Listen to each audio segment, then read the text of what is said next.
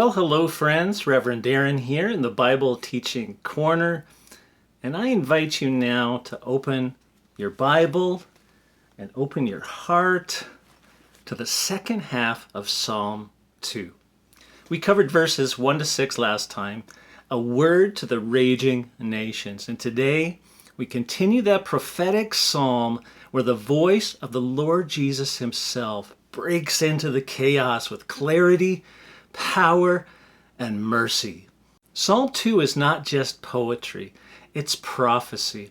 It's not merely a song, it's a divine summons. And verses 7 to 12 bring us to the heart of the matter. What will we do with the Son of God? Psalm 2:7 says, I will declare the decree the Lord hath said unto me. Thou art my son, this day have I begotten thee. So here we hear the voice of the Son speaking the eternal decree of the Father. Now this isn't a declaration made in time, but one rooted in eternity past and made known to us in Scripture. So this phrase, thou art my son, this day have I begotten thee, has echoed across both covenants. Actually, in 2 Samuel 7:14, God promised a son to David's line, an heir who would rule forever. Psalm 2 draws from that promise and elevates it beyond Solomon to the eternal Messiah. The New Testament confirms this interpretation, quoting this verse in reference to both the incarnation of Christ, Hebrews 1:5, and his resurrection, Acts 13:33. So this begetting is not a beginning, but a public affirmation of divine relationship, sonship manifested and enthroned. Now Jesus declares not ambition here, but authorization. In other words, he's not climbing to power, he is merely confirming it. Let's read Psalm 2:8. It says, Ask of me, and I shall give thee the heathen for thine inheritance, and the uttermost parts of the earth for thy possession. So this verse reveals the cosmic scope of Christ's kingship. Here, God the Father extends an invitation to the Son. Ask of me, and what is granted? The nations, the globe, not just Israel, not just the faithful, but the whole earth. And this verse foretells the global gospel commission in Matthew 28:18 to 20. It is both a promise and a prophecy. Christ will reign, and his rule will extend to the very ends of the earth. Now, the invitation to ask also points to his intercession. And even now, beloved, Jesus ever lives to make intercession for us, Hebrews 7:25, and his kingdom continues to expand, not by conquest of armies, but by the conquest of hearts, our human hearts. Psalm 2:9 reads, Thou shalt break them with a rod of iron, thou shalt dash them in pieces like a potter's vessel. Now we see the other side of the kingship, the rod of justice. In the ancient world, kings would often inscribe the names of their enemies on clay jars and then publicly smash them as a symbol of judgment. And that's the image here. The rod of iron is not the gentle staff of a shepherd. It's the scepter of power. And Revelation 19:15 quotes this verse to describe Jesus at his second coming. He's coming with power, in other words. And the nations that refuse to bow will be broken. There's no neutral stance in the kingdom of God. To reject Christ is to oppose him. And to oppose him is to face divine wrath. Now let me say this clearly. Our lives, our families, our nations will either be blessed by submission to Christ or broken by resistance to him.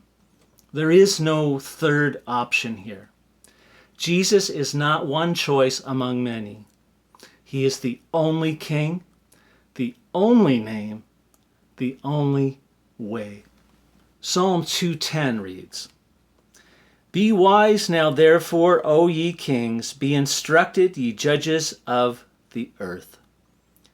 Now, in this sudden shift of tone, God extends mercy. Though the nations rage and rebel, the king still invites.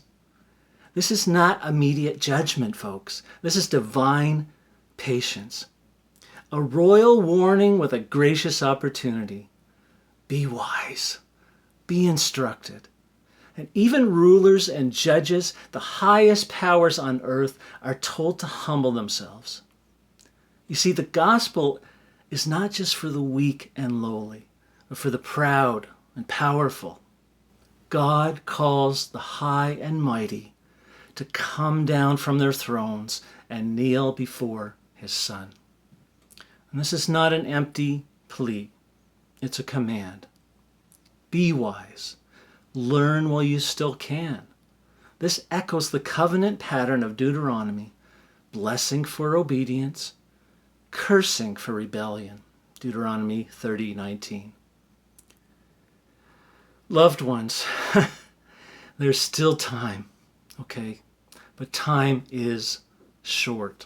And one of the most powerful verses in the Old Testament, Psalm 2:11. Serve the Lord with fear and rejoice with trembling. What a pairing. Rejoice and tremble. Now, the world knows how to tremble in fear and how to rejoice in frivolity, but only in the presence of God do these two emotions meet in perfect balance. Witness Moses and God in Exodus 19:3-25. Now, we're not called to terror. We are called to reverence, to joy, but not arrogance. And this is the appropriate response to God's holiness: reverent worship. This is the only true fear of the Lord, and it's the beginning of wisdom, Proverbs 9:10. And let us not forget, to serve the Lord is the greatest joy. It is not burdensome, it is freeing, but it is holy work. Our service is not casual. It is offered in awe, and it must be rooted in sincere love. Romans 12:9. And finally today, Psalm 2:12. It says, "Kiss the Son, lest he be angry and ye perish from the way, when his wrath is kindled but a little. Blessed are all they that put their trust in him." So this final verse is the great climax of Psalm 2. And here the nations are given one final command: kiss the Son. Now, in the ancient world, to kiss a monarch, either on the hand or the cheek, was a sign of allegiance, loyalty, and submission. To kiss the Son is to bow the knee and declare, "You are Lord." Refusing to do so is not rebellion in theory. That is rebellion in fact. So note the warning, lest he be angry. And don't miss this: when his wrath is kindled but a little. Just a spark of divine wrath is enough to undo the mightiest kingdom. God is not mocked, Galatians 6:7. And yet this psalm ends not in a threat, but in blessing. Blessed are all they that put their trust in him. Just like Psalm 1 began, blessed is the man. So Psalm 2 closes with blessing for all who take refuge in Jesus Christ. You see the contrast? Raging against him leads to ruin. Trusting in him leads to peace. And today the offer still stands. The rod is still raised, but it has not yet struck.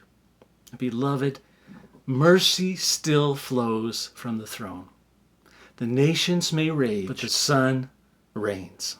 So let me ask you, have you ever bowed to the Son? Is your loyalty to Christ public and personal, or is it hidden behind neutrality?